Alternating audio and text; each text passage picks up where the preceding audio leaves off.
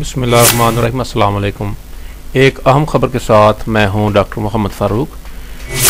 पंजाब भर के तलबा तलबात के लिए रेडियो नशरियात का आगाज़ कर दिया गया। पहली से 5वीं जमात के तालीमी प्रोग्राम रोज़ाना की बुनियाद पर रेडियो स्टेशन पर नशर किए जाएंगे।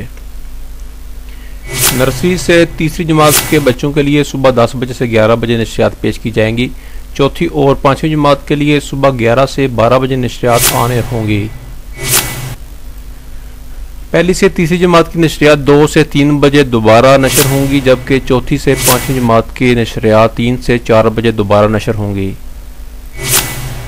लाहौर, इस्लामाबाद और कराची में FM 94 पर बच्चे नशरियात सुन सकेंगे।